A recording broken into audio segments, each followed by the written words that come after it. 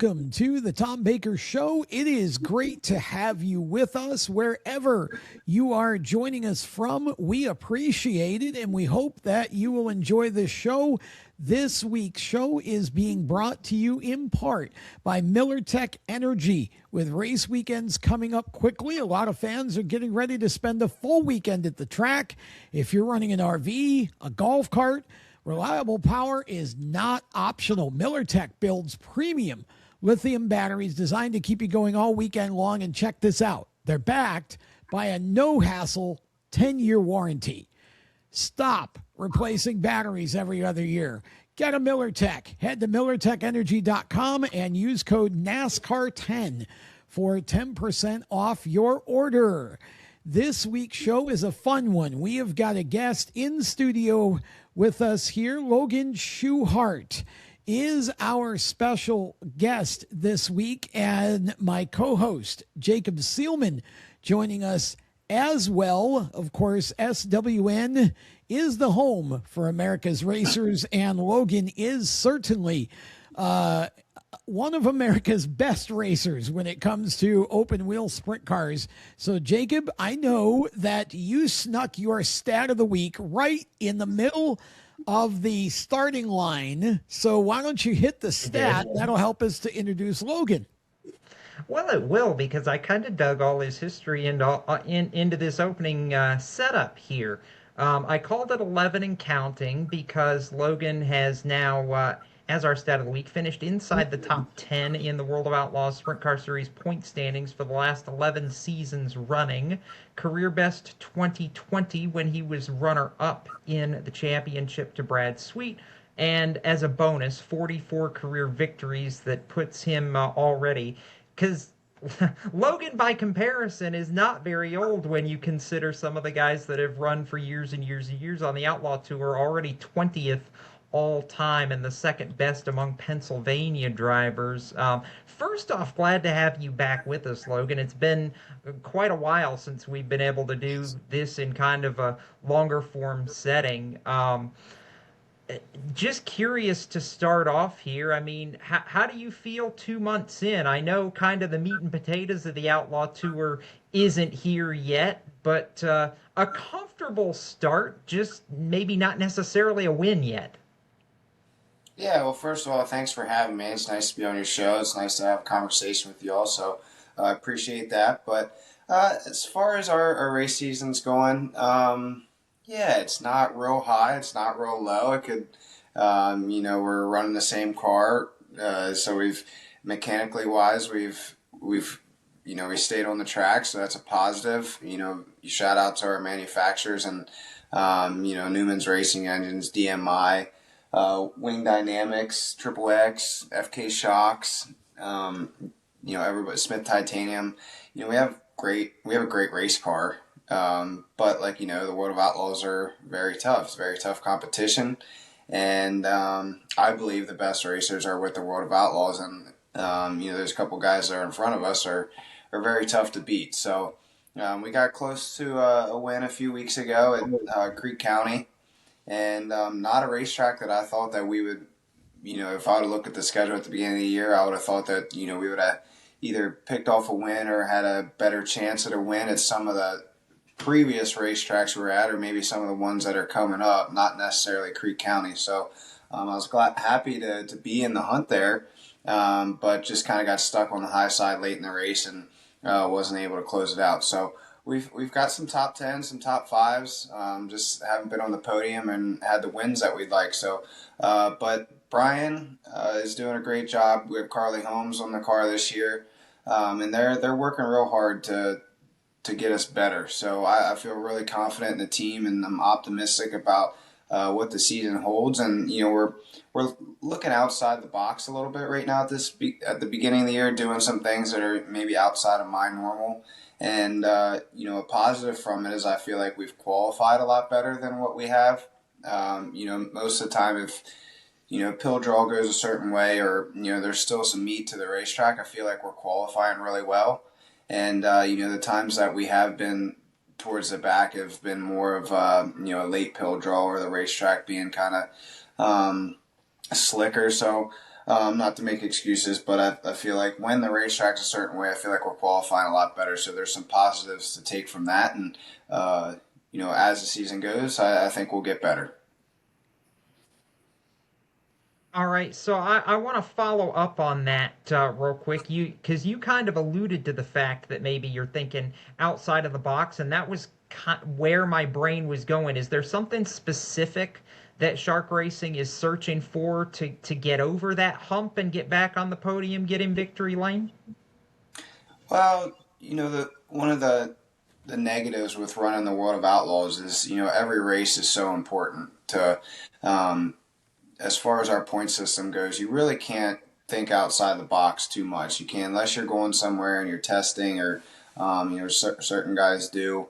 You got to rent a racetrack and it gets pretty expensive. But unless you're doing those type of things, it's hard to get away from that box and that small window of what works for you, and really go outside of that box too much. Unless you're on the pole of a dash, or you're already up front, you can kind of sneak away from what's normal just because you feel like you have some wiggle room to to try something. But most of the time it's hard to get away from that. And I feel like, as for myself, that's sort of something that maybe held me back the last few years, is getting stuck in certain ways of doing things. And that's why we wanted to bring Brian Sunby aboard, and Carly, and try to maybe start fresh, think from a different perspective, try and learn some things from them, maybe the way they do things, the way I do things. And there's 10 years of notebook in there that's still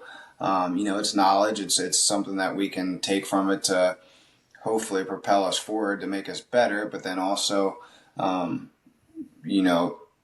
once the night starts, not look at it and take from what we've learned so far in the past year and a half, or so far this year, and try and make ourselves better and make educated decisions.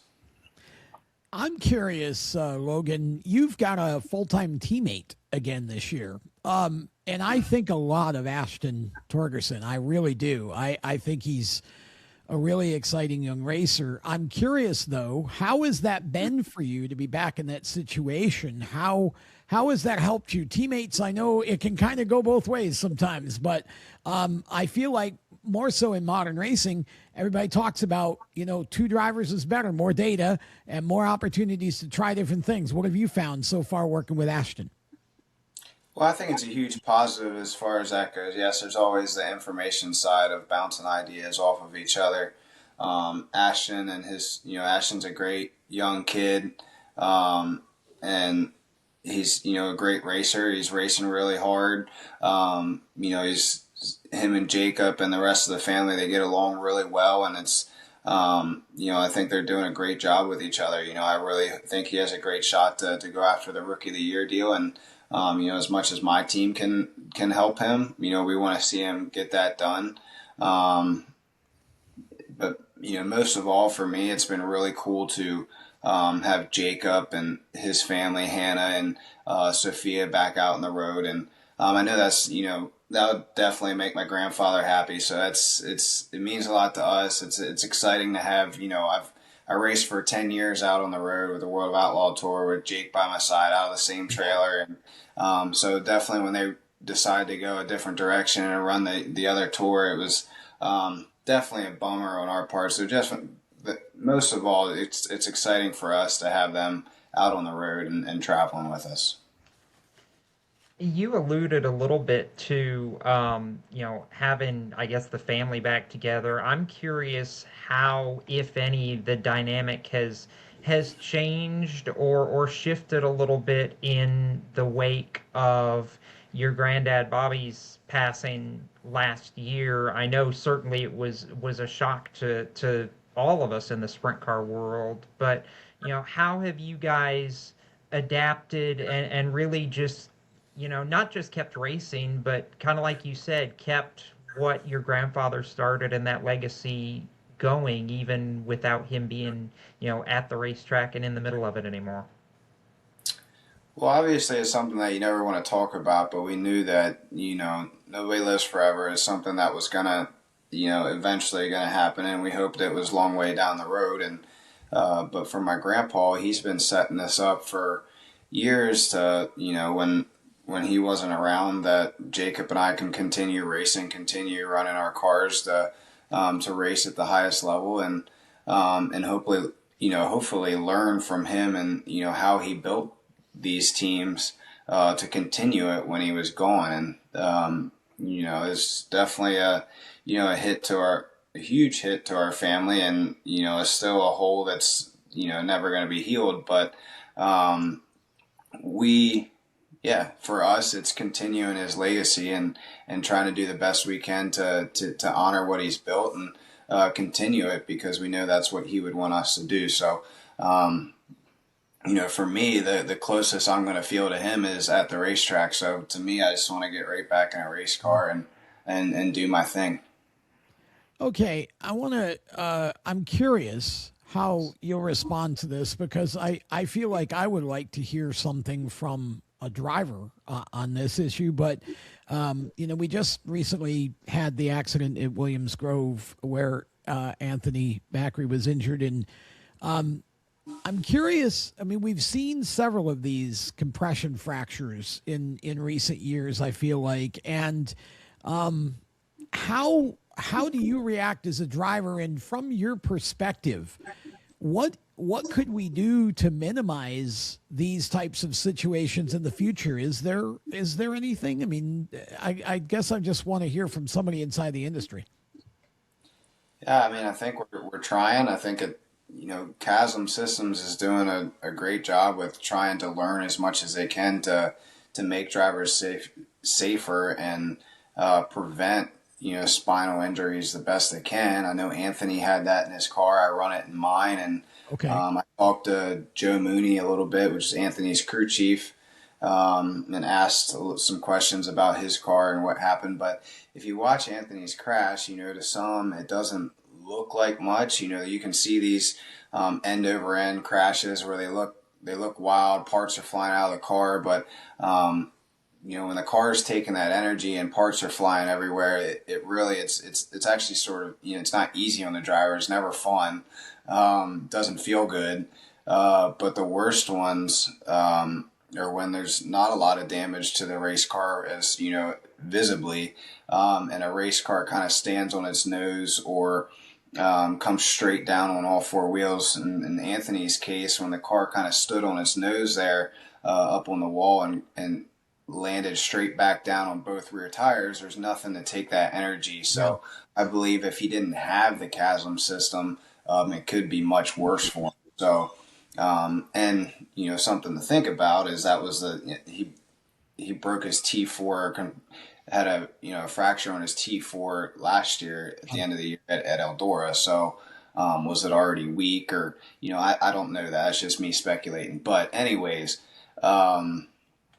anytime it comes down on both rear tires like that, and there's nothing to take the energy, it's usually it's the driver, the compression coming up through the seat, and it's just never good. So our thoughts and prayers are with Anthony. I'm glad it's not worse than what it was, and he's going to heal from it and all that. So for those in our audience, can you explain in a little more detail what the Chasm system is and what it does?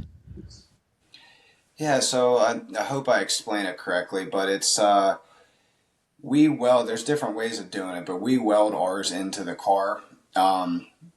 It's a system. The seat attaches to a bar which sits on these spongy type pucks that are attached to the frame, and in the rear of the seat can move up and down about yay big, about a couple inches anyways. But so basically when you take a hit or a compression type hit that Anthony did this past weekend, the seat can have some give to it, and some of that energy can be absorbed. So when the seat comes down, the car comes up and the seat comes down, there can be some give and some sponge to it, instead of just the seat sitting on a solid surface like the frame. So basically nothing takes that energy and it goes directly to the driver. The Chasm system gives you some sponge that when the the race car comes down, that there's some sponge to take some of that energy. Gotcha. Okay, we certainly love that measures are being taken here, and you're never going to prevent everything. That's it's racing is a dangerous sport, but we certainly, our thoughts and prayers are with Anthony, and for a full and speedy recovery. And with that, we're going to step aside. We've got more with Logan Schuchart coming up on the other side of the break. Stay with us. For race fans across the United States, GetInTheStands.com is the place to find racetracks where you live and where you're traveling. Just go to GetInTheStands.com and enter your location. You'll see the tracks within 100 miles of that point, either as a list or on a map. GetInTheStands.com is 100% free to use and mobile friendly. So whether you're on a computer, a tablet, or on your phone, there's no need to download an app. To find racetracks across the United States, open your web browser and head to GetInTheStands.com. GetInTheStands.com, your racetrack directory. Attention track and series owners, elevate your fan experience with the TrackTune app. TrackTune works with your PA system. Fans and teams at the track can hear the announcers through their phones, ensuring everyone hears race calls, sponsor plugs, and more during race nights. It's simple to set up, affordable, and free for fans to download and enjoy. Visit tracktune.live for all the details and join tracks nationwide on the app today. MillerTech builds lithium batteries for RVs, golf carts, boats, and off-grid life. Reliable power, long lifespan, and a 10-year warranty. That's why I trust MillerTech. MillerTech, powering your adventure.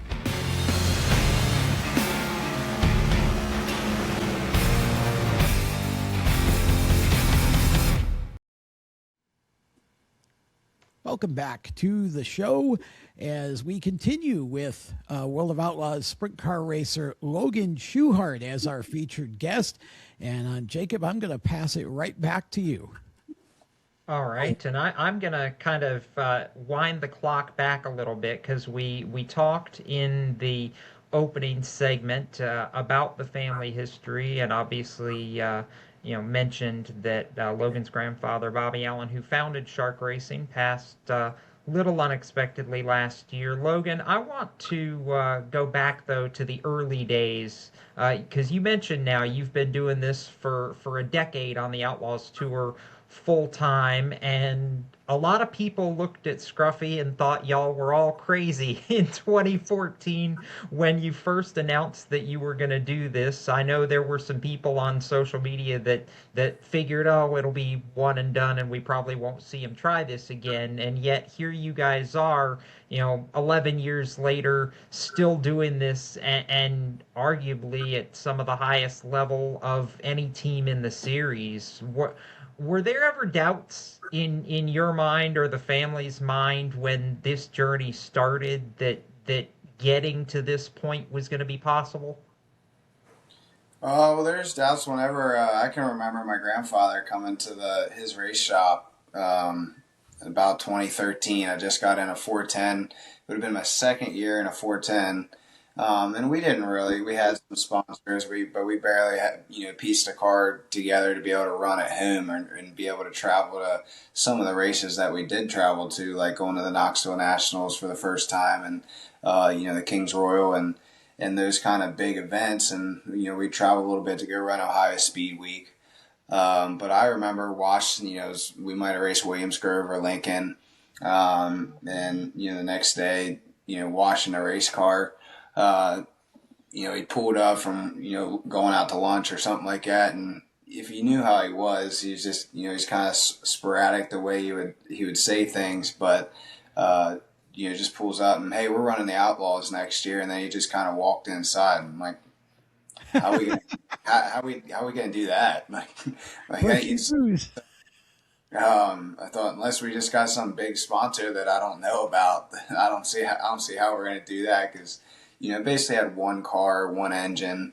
And when we left to go run the Outlaw Tour, it was always my thought. I was like, well, how long can we stay out here? We had two cars out of one trailer, which was my grandfather's trailer that he built back in the 80s, which we still have out back at his shop. And It's falling apart now, but it looked like it was almost kind of falling apart then. So, but basically, Jacob and I each had our cars, and then we had one engine sitting in the rack that had about 20 races. It was ready to be rebuilt at the time we left home to go run the Outlaw Tour. So that's what we left with, and Jacob and I ended up finishing the whole season. So it's pretty remarkable to run a whole season. I very obviously very thankful that we did it the way we did it, but it taught me a lot of lessons as far as as a young kid. A lot of I feel like especially in this day and age, you got to be very aggressive. And for me at that point in time, I couldn't crash a car. I couldn't if we blew an engine up, that was basically the end of us, and basically had to take what I had. And if we were running, my grandfather would say, if you're 15th or worse, in the A main, pull in to save the engine so we can, try again next week or try again the next race to see if we can be better. Unless you're driving forward and you're passing cars and it looks like something's going to happen, then, stay out. And that's the way we did it. And, but yeah, you're right. There was teams that were making bets. We found out later on, the other outlaw teams are making bets for how long we would last, whether it would be a month or 3 months. Or, and I think that nobody said that we'd last the whole year. I think a few guys confessed to us later that the longest was like 3 months. So nobody won that bet, and I'm proud of that. There you go. I like it. Well, there you go. Speaking of bets, because I know people have friendly wagers on these things now. So what's it going to take for you to stop David Gravel, man? He's been the hot hand.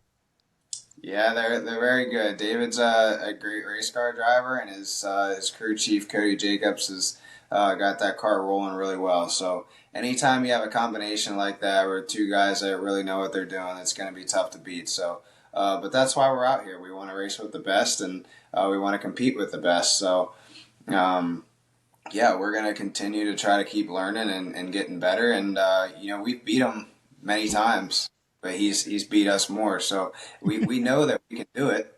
We just got to figure it out. So that's part of racing. That's how it goes. And that's why we all love it. I'm curious, Logan, of the races you've won on the Outlaws Tour, which I talked about it in the Open. I mean, you're already in the top 20 all-time among everybody that's ever raced with the World of Outlaws. You've won just about everywhere, Eldora, Charlotte, Williams Grove, but you've not won one of the crown jewels yet. You're still looking for a Kings Royal, a National Open, a Knoxville Nationals. I mean, do you feel that when we get to these big races in the summer as something that's missing? Knoxville comes to mind in particular. I think of all the big tracks, that's the one track on the schedule that we've not seen you be able to crack the puzzle at yet.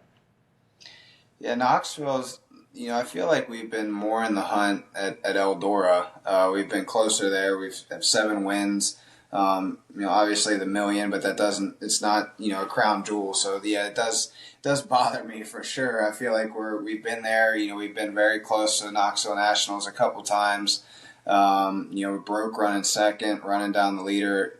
Actually the same year we won the million in 23. So, and then we've finished on the podium twice. So once was from 21st and the other time was from 17th. So, and then we've been in the top 5 a couple times also. So the Nationals is a tough one. I feel like we have what it takes to win there, but everybody knows how tough that is. There's 120 cars or whatever they get, and I'd say a good 40 of them, at least 20 of them have a chance to win the race, and then a good 40 of them are going to put up a darn good fight. So, or maybe even more than that. So it's a tough deal, but it's granddaddy of them all, like they say. It's the Knoxville Nationals, and I think it's the top of every driver's list. Whatever it pays to win, that's they kind of got to put the money up there for it to heighten the prestige, but the prestige is there on its own. It's at the top of every driver's list. Logan, I would be remiss if we didn't say how much we appreciate you taking some time on here. Before we cut you loose, want to give you a chance again to say some thank yous to everybody that helps you get up and down the road on a week-to-week basis with the Outlaws, whether that's sponsors, team partners, anybody that helps you and the 1S do what you do at a high level. Sure, I think I named a few as far as manufacturers and stuff go earlier, but yeah, our Dryden, Duramax with Relodyne have been with us for many years now, so a huge shout out to them. Thank you to them. Federated Auto Parts has been on the car for a number of years, and you can look for the Federated Auto Parts car this weekend at I-55. We'll be putting that back together and ready to rip around a really cool Peevely racetrack. Mark Martin Motors is with us this year. They've been with us the past 2 years. Bobby and Cody are awesome. Help us pull the t-shirt trailer up and down the road.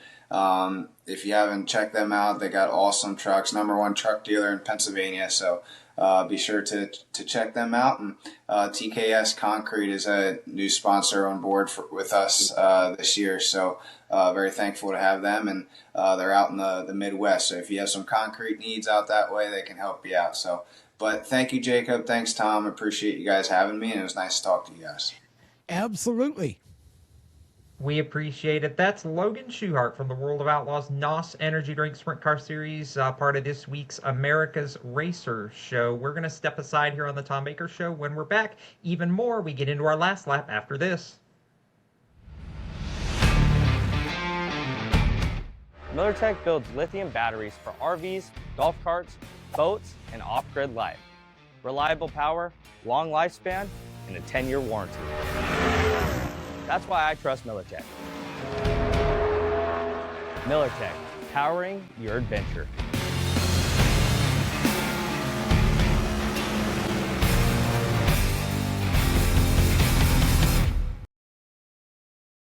For race fans across the United States, GetInTheStands.com is the place to find racetracks where you live and where you're traveling. Just go to GetInTheStands.com and enter your location. You'll see the tracks within 100 miles of that point, either as a list or on a map. GetInTheStands.com is 100% free to use and mobile friendly. So whether you're on a computer, a tablet, or on your phone, there's no need to download an app. To find racetracks across the United States, open your web browser and head to GetInTheStands.com.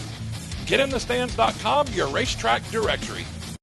Attention track and series owners, elevate your fan experience with the TrackTune app. TrackTune works with your PA system. Fans and teams at the track can hear the announcers through their phones, ensuring everyone hears race calls, sponsor plugs, and more during race nights. It's simple to set up, affordable, and free for fans to download and enjoy. Visit tracktune.live for all the details and join tracks nationwide on the app today. Welcome back to the show as we get set for our last lap segment. Want to thank Logan Schuchart for taking some time to join us tonight. Hope that you appreciated that interview. Jacob, we've got some topics to discuss in the last lap, so fire them up.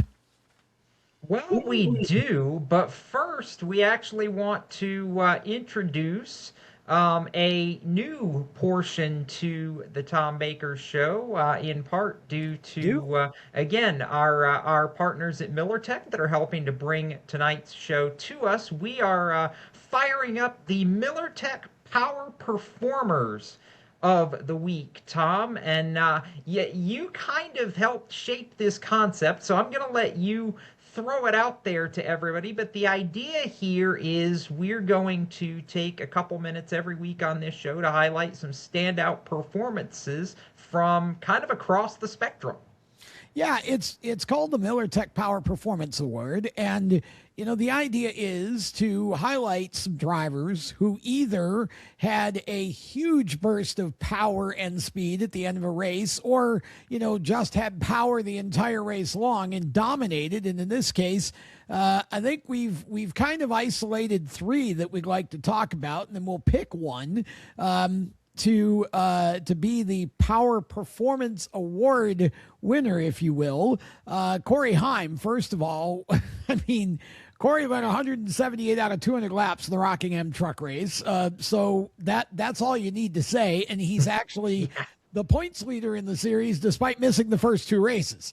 Hayden Deegan won the St. Louis Supercross to clinch the 250 West Supercross title 2 races early. Way to go, Danger Boy. His 6th 250 class championship overall in just 4 years. So he's doing pretty good. And Justin Grant won with the USAC non-wing sprint car series at Red Hill Raceway in Illinois to extend his series record to 67 career victories in his second straight this year. Who's your vote between Corey Heim, Hayden Deegan, and Justin Grant? Oh, gosh.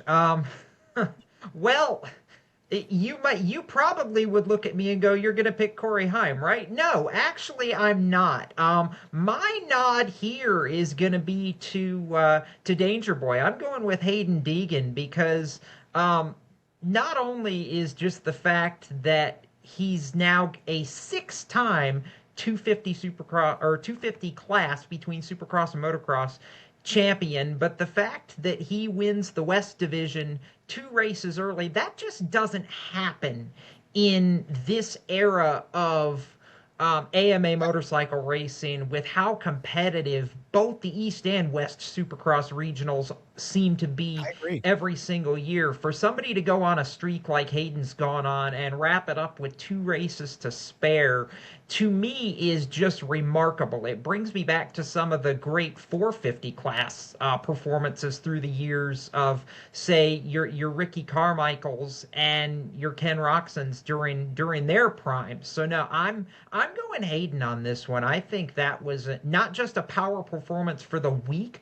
but really a power performance for his entire season. It's one of the most dominant 250 class seasons I've seen in a long time. You know, I'm going to agree with you on this one. And, I think it's going to be really interesting to see him move up. I just really want to see what he can do with the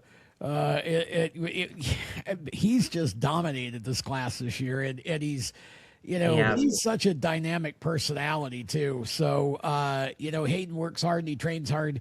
So we're going to give Hayden Deegan the Miller Tech Power Performers Award for this week. And thanks to the folks at Miller Tech. MillerTechEnergy.com is their website. Go check it out. And we're going to be telling you more. We've got a very, very cool giveaway that we're going to be starting next week with Miller Tech. So if you're a NASCAR fan, you're going to love this one. So check that out. Stay tuned to Steering Wheel Nation on Facebook, Twitter, and Instagram. What's next in the last lap? Well, you alluded to it when you introduced him as one of the Power Performance Award nominees. Corey Heim is next in the last lap. All the laps here lately, it seems like, for him. And you said it, he is the current NASCAR Craftsman Truck Series point leader, despite only running 3 of 5 races so far this season. He's won both Triple Truck Challenge races that have been held, and he's just continued to do what Corey Heim has done over the last 2.5 years in the Truck Series. He just keeps winning everything, it seems like. Number one, are you surprised just by the numbers that he's been able to do this despite missing 2 races? And secondarily to that, because there's a bigger conversation about the fact that even though we've gone to the chase format and it's now a points-based system instead of win and you're in, NASCAR did not remove the language from the rule book that you have to run every single race to be eligible for the chase. And because Corey Heim has not done that so far, even though he is the point leader, he would not be eligible to run for a championship when we get that far. So by saying that, should NASCAR grant him a waiver to run for a championship if he can go out and, whether it's win a regular season championship or rank in the top 10, despite spotting the field 2, 3, how many ever races it ends up being, should he be able to run for a championship? Well, you asked me 2 questions. I did. Am I surprised at Corey Heim's success? No. I mean, Corey made the rest of the Truck Series look pretty bad last year. So no, I'm not surprised at all. I mean, you can put him in whatever number truck you want. It's still Corey Heim in a Tricon truck. And the other Tricon truck, the one that Corey made the field look so bad for most of last year with, the 11 truck, Caden Honeycutt finished second to Corey Heim at Rockingham in the truck race. So it seems the only thing better than the 11 truck is Corey Heim. So we'll start there. I mean, look, here's my issue with this. I'm a little confused why NASCAR would still have this rule in place for Corey. I don't know why this would apply. Corey Heim is not signed up to run full-time in anything, which I think honestly is just a travesty by Toyota Racing Development. I just don't get it. I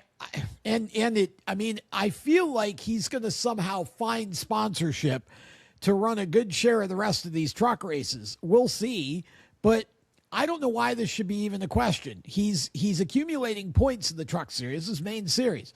So since he's a truck racer by election, okay, he should be allowed to run for the chase. I mean, this whole, you got to attempt to start every race rule, I understood that, but in Corey's case, he's not scheduled to run for a title in anything. So if it must require a waiver, give him the waiver, for crying out loud. Now, I know that most of the rest of the truck teams wouldn't want to hear me say that because it's going to hurt their championship hopes. But yep. I just think that I don't know why Toyota did this with Corey this year, to be honest. I don't know what the end game is. But, Corey should have at least been full-time in O'Reilly, and I think he's ready to be full-time in Cup, and I sure hope he is next year. But in the meantime, I mean, he's leading the points, for crying out loud. If he's able to run, let him run, and let him run for the chase. Why not? I don't think it's fair to Corey at this point to, I think that rule, now that we're back to the chase, I almost think that rule should just simply go away. If you're electing to run for points in the truck series like Corey is, and you end up in the points lead and even missing 2 races, good on you. Go for it, brother. Yeah, really. Well, and the waiver rule, that rule was only ever a thing in the first place under the win and you're in system, because they didn't want somebody winning a race and then taking 10 or 15 weeks off and just coming back and going, oh, hey, we're going to run for a championship now. Yep. Yeah, I agree. That's what I'm saying. I think when we get rid of the win and you're in, I think, now you can get rid of that rule too. If, like I said, if you're that good, I don't feel like you should be taken out of the opportunity to race for a championship. Right. And bonus, by the way, he gets to run he is for sure running the final dash, or not Dash for Cash, that's O'Reilly, the final Triple Truck Challenge race, the final bonus money race. There we go. I can't screw that up. And if he wins it, he gets $500,000, and he has to be the favorite. He's already won 2 Triple Truck Challenge races in 2 different Tricon trucks. He won the first one in the 5. He won the second one in the 1. He's going to be in the 1 for the final Triple Truck Challenge race. But still, I mean, what he's doing right now is just remarkable. Period. End of discussion.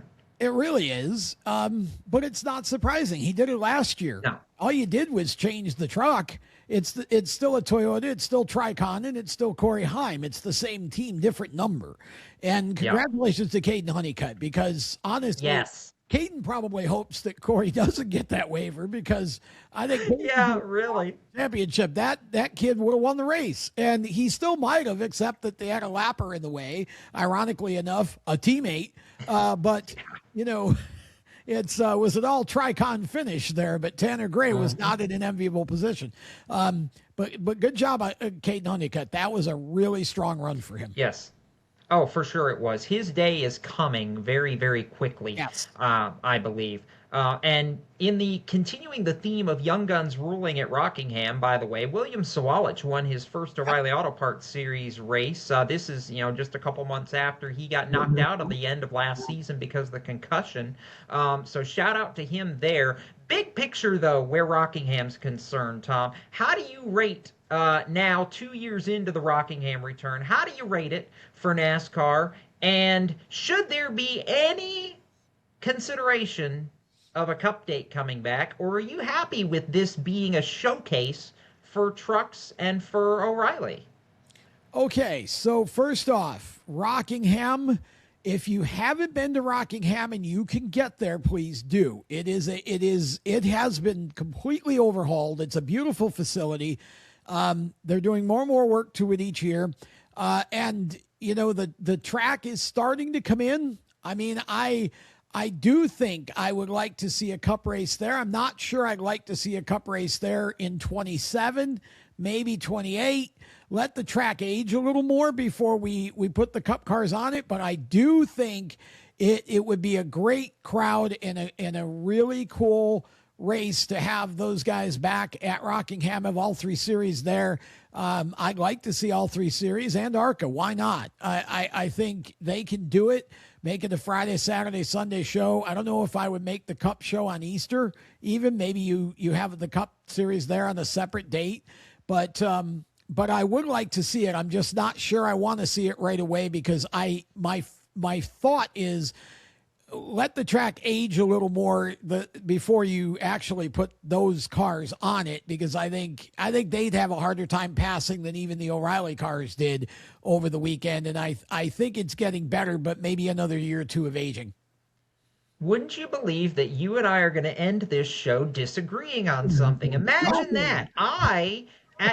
Now, granted, as much as I loved the old days of the Cup Series race in the Rock, I'm actually probably in the minority here, where I don't want to see the Cup Series come back to Rockingham for this reason. I love the fact that this Easter weekend, Friday, Saturday deal with Trucks and O'Reilly is a showcase for those divisions. They get overshadowed by the Cup Series all the time. We don't have enough standalone Truck and O'Reilly tracks and races anymore to where we don't need to make these two series Cup light like they've been for so long, like you and I have said. I love this, the uniqueness of the Trucks and the O'Reilly series getting their flowers at a track where both series race really, really well. So no, sorry, Cup guys. I love you guys. I love this track, but let's leave this how it is, and let's have it be something special for the two lower series and for ARCA. Shout out to Tristan McKee, too, who's now 2 for 2 in ARCA over his last two starts there. Put together a heck of a drive in winning the ARCA race on that Saturday as well. Yeah, he really did. It was a great weekend overall of racing. And you know what? I can't disagree with that, Jacob, but I also think that there's still, I think you could have your flowers on Easter weekend and still bring the Cup Series there on a separate date. I don't think it necessarily all has to be the same weekend. And I guess we'll see where it goes, but I don't think you're going to see it in 27 anyway. I think the earliest they consider it is 28. So we'll see. And that will close things for another episode of the Tom Baker Show. For more exclusive content, steeringwheelnation.com, and of course, at The Wheel Nation on Facebook, X, and Instagram. We look forward to being back next Monday with another episode of The Tom Baker Show. Until then, for Jacob Seelman, I'm Tom Baker. Thank you so much for watching. So long, everybody.